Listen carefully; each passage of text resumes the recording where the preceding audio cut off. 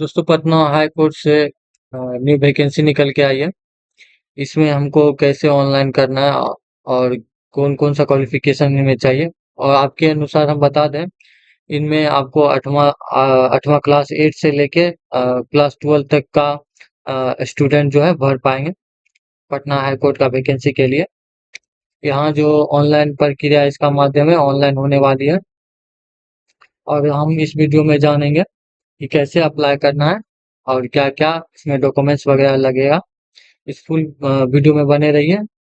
हम आपको सारा इन्फॉर्मेशन इस वीडियो के जरिए देना चाहेंगे। पहले तो इसका न्यूनतम आयु 18 वर्ष रहना चाहिए और अधिकतम आयु 37 वर्ष रहना चाहिए। SC ST का 350 रुपया फी लगने वाली है। और SC OBC और EWEC का 700। और ये तो कैटेगरी फी है। और इसका जो एग्जाम होगा, लिखित एग्जाम होगा, कौशल परीक्षण होगा और साक्षात्कार होगा। जो इनका जो क्वालिफिकेशन पे जो क्राइटेरिया में वो इनका होगा। इनका जो है डिटेल्स नोटिफिकेशन हम पढ़ेंगे। इस डिटेल्स नोटिफिकेशन में हमको बताया गया है सबमिट ऑफ ऑनलाइन एप्लीकेशन 17 दो 2025 से एप्लीकेशन स्टार्ट होगी। फिर हमारा जो सबमिट करने का लास्ट डेट है 18/3/2025 तक का है। और लास्ट डेट जो है इनका पेमेंट का वो 20/3/2025 तक रहने वाली है। और ये अनरिजर्व्ड का जो सीट है वो 74 रहने वाली है। और इसमें वुमन के लिए मतलब महिलाओं के लिए 24 आरक्षित रहने वाली है। SC के लिए 27 और महिलाओं के लिए 10। और ST के लिए 2 रहने वाली है और महिलाओं के लिए 0। EBC के लिए 31 रहने वाली है और महिलाओं के लिए 11। और BC के लिए 20 रहने वाली है और महिलाओं के लिए 7। यहाँ से देख के आप नोटिफिकेशन में हम आपको आर्टिकल का लिंक डिस्क्रिप्शन बॉक्स में दे देंगे। आप वहां जाके पहले ये आर्टिकल रीड कर लीजिएगा। इस आर्टिकल में जॉब वैकेंसी के बारे में भी बताया गया। ये कि कौन कौन सा रिलेटिव एग्जाम में पूछा जाएगा क्वेश्चन। तो अप्लाई करने के लिए सबसे पहले ऑनलाइन यहाँ पे पूछेगा रजिस्ट्रेशन नंबर और पासवर्ड। तो हम तो न्यू रजिस्ट्रेशन है तो न्यू रजिस्ट्रेशन पे टैप करेंगे। यहाँ पे कैंडिडेट का नाम देना है, full name.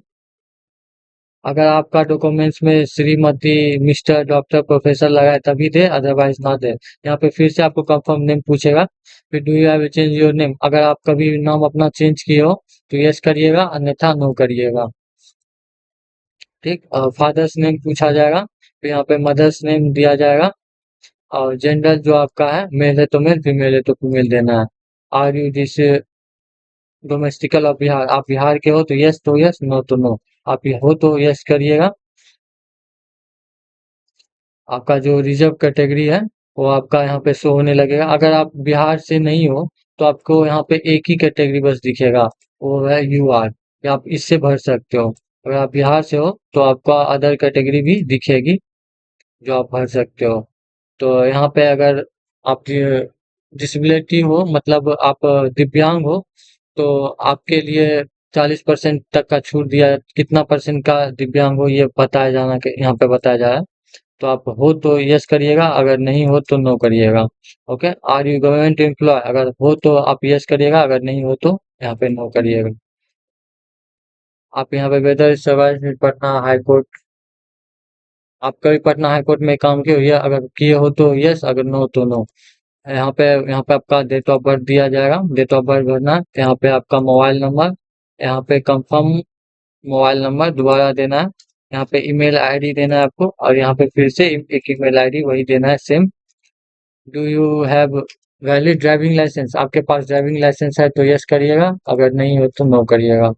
Do you know cycling, क्या आप साइकिल चलाना जानते हो, अगर जानते हो तो यस करिएगा, अदरवाइज नो करिएगा।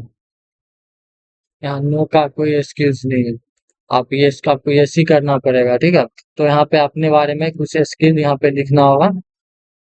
आपके बारे में अपने स्किल लिखिएगा और इसके बाद इस पे यहाँ टैप करके यहाँ सबमिट बटन पे टैप करिएगा। सबमिट बटन पे टैप जैसे ही आप यहाँ पे ओके करिएगा तो ये आपका फॉर्म भर के आ, आपका रजिस्ट्रेशन हो जाएगा। तो आपको क्या करना है, प्रिंट कर सकते हैं यहाँ पर।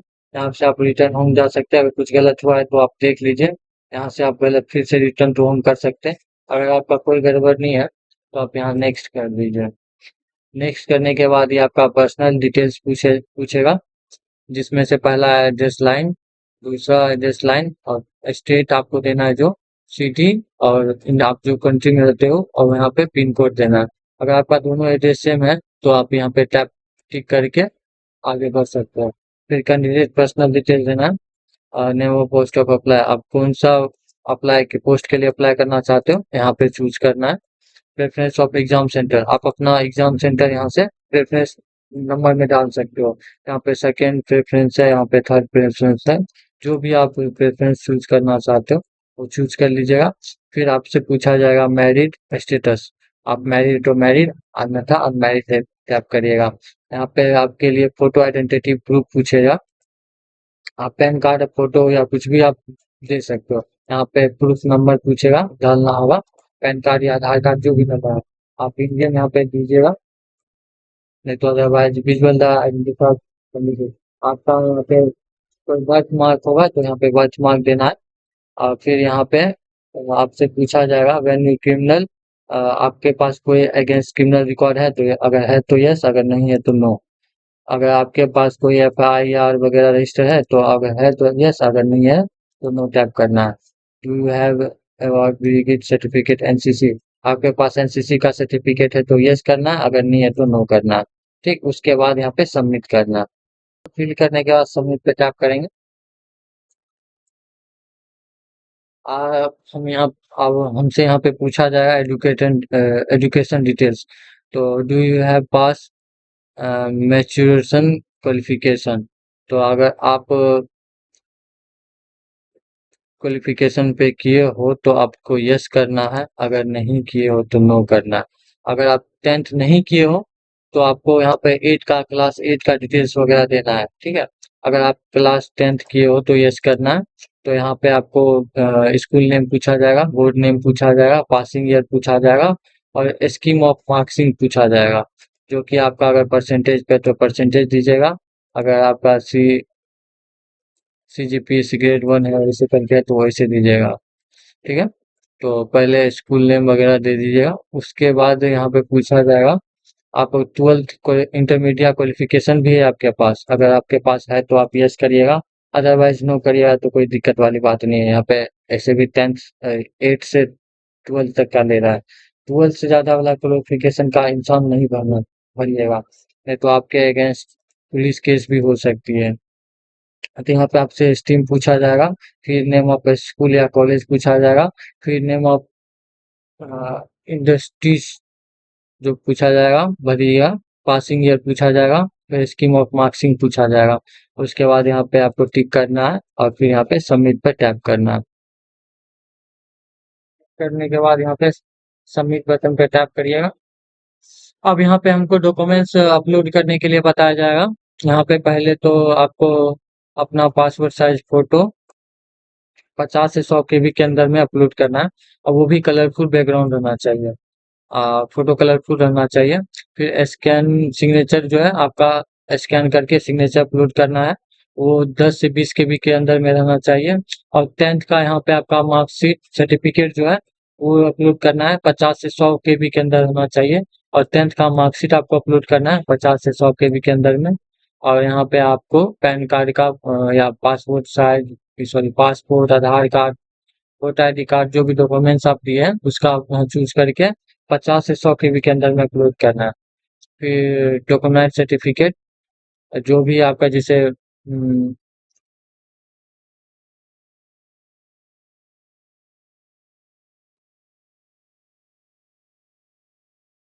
दिव्यांगता का पूछा गया है तो उसमें भी 50 से 100 केबी के अंदर में अपलोड करना है। फिर SC ST EBC का साथ कास्ट सर्टिफिकेट आपको 50 से 100 केबी के अंदर में यहाँ पे अपलोड करना है। जैसे ही अपलोड कर लीजिएगा यहाँ पे नेक्स्ट टैप करिएगा। नेक्स्ट टैप करते ही आपको प्रिंट और पेमेंट का ऑप्शन आएगा, और पेमेंट करिएगा जैसे ही, और वहाँ पे से प्रिंट कर लीजिएगा, बस आपका डॉक्यूमेंट्स जमा हो जाएगा। और यहाँ पे बाकी रहा यहाँ पे हमारा शॉर्ट नोटिफिकेशन देख लेते हैं, क्या है देखे नहीं, छोड़िए। बाकी हमारा व्हाट्सएप चैनल भी ज्वाइन कर लीजिए। लेटेस्ट जॉब वैकेंसी और गवर्नमेंट स्कीम के रिलेटेड इंफॉर्मेशन, इंफॉर्मेटिव वीडियो आते रहता है, और नोटिफिकेशन सबसे पहले हमारा वेबसाइट से और जहाँ से भी आप ज्वाइन करिएगा वहाँ पे आपको मिल जाएगी।